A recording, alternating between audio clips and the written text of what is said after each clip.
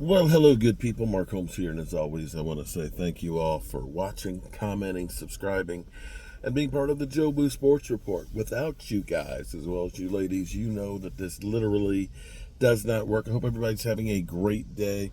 It is Friday night. Right now, I should be getting ready to do my live stream, but I am working my way from Oxnard to LA. And of course, I've got my wife and my beautiful daughters, and thought we were going to be leaving earlier. The traffic was heavy, and we've got a million different things that we need to do along the way. So, as a dad, as a husband, as a man, you know how the perfect laid plans can get a little bit awry, but it's all good because we're having a great time getting going and spending time together and taking care of business. So I want to have, I don't have my live streaming, so while I'm waiting for them, I can give you some thoughts that I have. And as I was leaving, well, actually, as I came into practice, it's still crazy to me that you guys actually give a rat's ass about what I say and so on. It's humbling, and it makes me feel truly blessed and honored.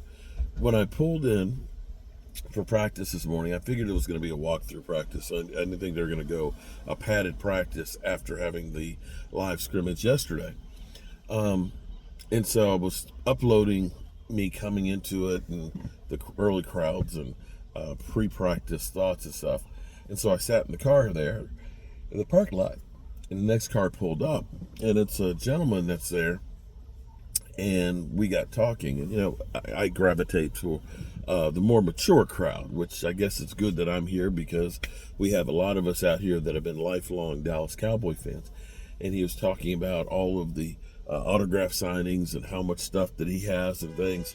And it sounds like my house. My wife always says, you got too much stuff. And it's like, why are you getting more stuff? And it's like, baby, you don't understand. The Cowboy greats, the legends stuff that are literally dying off, that's important to me.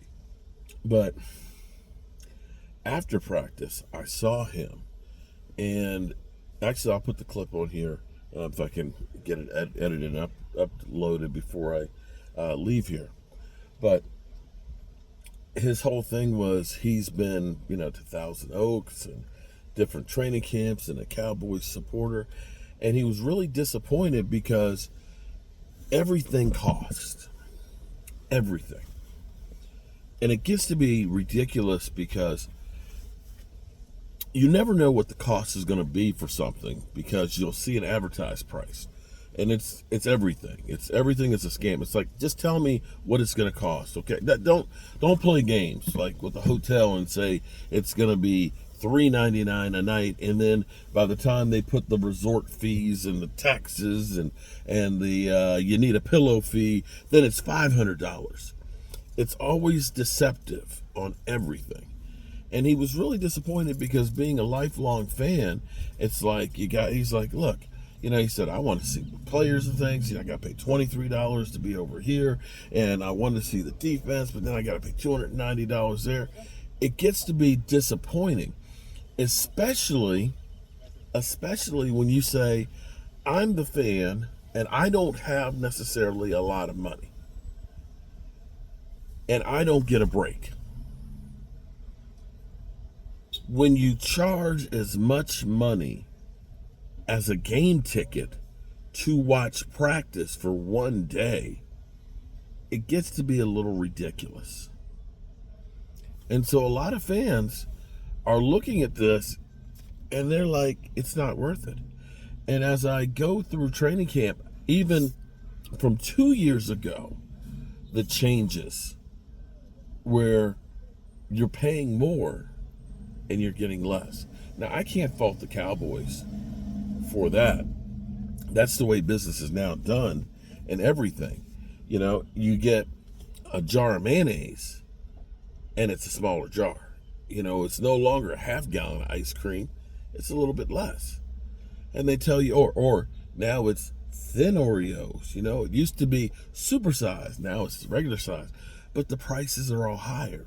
And that's everything. So I can't look at the Joneses and say, they're doing anything different than everybody else in business is.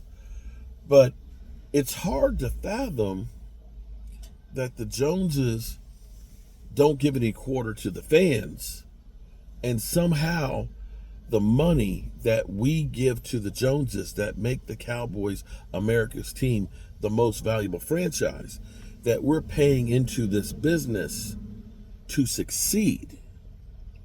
See, that's the thing people don't understand, or at least they don't understand.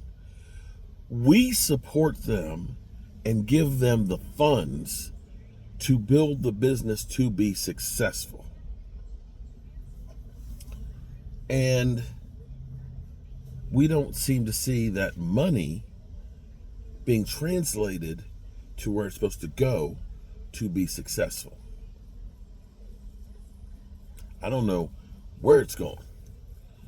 The Cowboys, for the last 10 years, have been in the bottom of spending and in the top in revenue. Now, I know, you and I both know, there is a salary cap. So X amount of dollars is supposed to go to the players to put the product on the field. The problem is the mismanagement of the money. And we keep getting told that the reason the Cowboys can't pay people is because of the players. You know, we got 3 players that, you know, are top in their position, and we can't pay them and keep a team on the field. But somehow, San Francisco seems to be able to do that. Somehow the Giants seem to be able to do that. Somehow the Rams were able to do that, deconstruct it, get rid of the salaries, and rebuild to be as good as the Cowboys were, who weren't. And that's where people are flustered with the Cowboys. And I dare say that the ramifications of that are translating into the rabid fans. Now, you know, Stephen Jones knows that, you know, ticket resales are as high as they've ever been. But I'm betting that people are looking at not as, I want to go see the Cowboys, as much as it is, I've got a commodity that other teams will want to come to see the Cowboys play. And that they have bought those tickets as an investment. Not so that way they'll go. And I guess the Joneses, as long as the seats are filled, that's all that matters. And it feels like the Cowboys are catering to just those that have, or those that have and are willing to pay. And I'm wondering what the training camp experience will be in the coming years. So that's the first thing, and that's the business side of it, which I hate. Let's move all that stuff to the side for now. The players on the field. The players on the field. They may not be happy about what the front office does. They may look at it like Micah Parsons has, where he's like, I need some help. You know, I want to get help on the team and everything else. Or when another team signs a big player, it's like, damn, why can't my team do that? Forget all of that. Every one of those players, when the whistle blows, are looking to be the best team that they can be.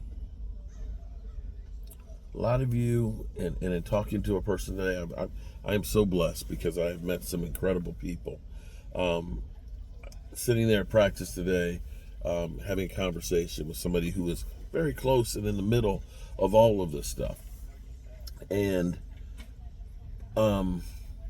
seeing the other side of what it's like to be the family of players and stuff like that, or what it's like to be closer into the Cowboys, and the perspective.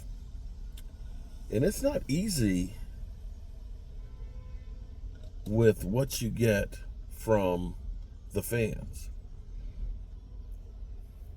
Be that as it may, those players who have dedicated their life to be a football player, to be the top 0.001% of football players. And I don't care if you are the third string guy, you are still the cream of the crop of people trying to get to the NFL. That's the reality of it. But every one of those guys that are there in training camp, are fighting for their NFL lives and fighting to be the best Dallas Cowboy player they can be and to do everything they can do in their power to be a Super Bowl champion. Whether you like Dak, think he's the guy, or if you're like Ray and you are happy about Trey Lance and think that Trey Lance with his crisp handoffs is the answer, and that Dak Prescott, he's got to push the ball down the field more, and so on. The Cowboys are very fortunate to have a guy like that, because that guy is keeping the Cowboys relevant and keeping those guys in games and making up for a lot of the shortcomings from the Joneses. Our young wide receiver core is really good. I'm not ready to say we don't need CeeDee Lamb. We have a much better complementary wide receiver core than we had 2 years ago. That's not to say we don't need CD, because you need CD. He's the linchpin. And if you have to pick between one or the other, between Dak and CD, you might as well pick either of them. Because Dak needs CD and CD needs Dak for this team to be successful. Our offensive line, it's getting there. It's a little bit better. Okay, all right. So I guess I'll have to finish this video later, but this is part one, and I'll finish this up when I get to Los Angeles. Any place else before we hit? No. Okay. I'm ready. All right. Peace out.